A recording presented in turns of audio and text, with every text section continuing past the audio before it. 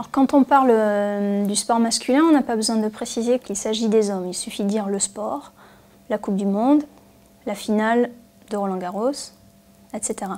En revanche, quand on va parler du sport féminin, on est obligé d'accoler l'adjectif féminin pour dire la finale féminine de Roland-Garros, la Coupe du Monde féminine de football, etc. C'est-à-dire que le sport masculin, c'est l'universel, c'est le neutre, c'est ce qui est normal, alors que du côté des femmes, le sport féminin, c'est la différence, la marge, ce qui est pas forcément complètement légitime.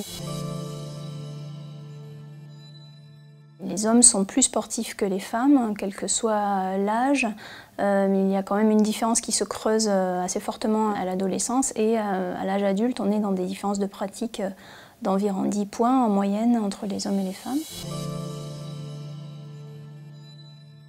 Dans les médias, le sport masculin est largement dominant. Il y a une très faible médiatisation du sport féminin malgré des progrès quand même depuis ces dernières années.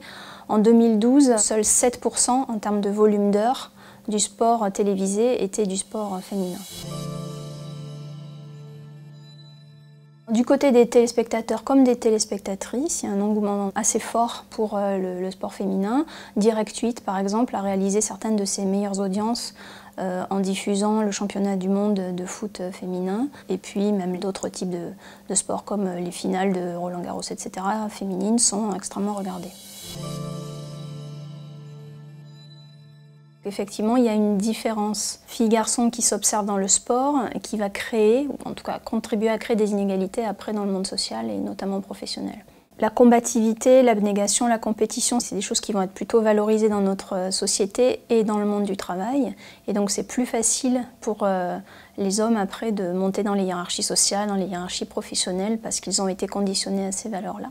Alors que les femmes, ça ne va pas forcément être le cas pour elles. Et la discrétion, la douceur, l'expression des émotions, pas forcément des choses qui sont valorisées dans le monde du travail. Que l'on parle du marketing sportif, de la médiatisation des sportives ou du fait d'attirer les femmes dans les stades, on va avoir très souvent des visuels ou des slogans autour de la sexualisation ou de la sexualité. Par exemple, vous allez avoir des affiches où on va montrer une femme qui va porter des talons hauts, qui va être très sexy dans une posture, un positionnement du corps parfois aguicheur, séducteur. Souvent la tête, le visage ne sera pas montré, donc il y a une dimension un peu d'objet sexuel, c'est une façon de la déshumaniser. Ce qu'il faut savoir, c'est que les femmes sont tout de même de plus en plus nombreuses à faire du sport. Et du côté du marketing, il y a de plus en plus d'images et aussi de la publicité qui montrent des sportives dans des situations non sexualisées, non glamourisées, si je puis me permettre ce néologisme. C'est-à-dire qu'on va les montrer dans l'effort, dans le geste sportif, et elles ont toute légitimité à y être. Et ça, je pense que le marketing est en train de le comprendre, parce qu'il y a un marché à conquérir qui est très important.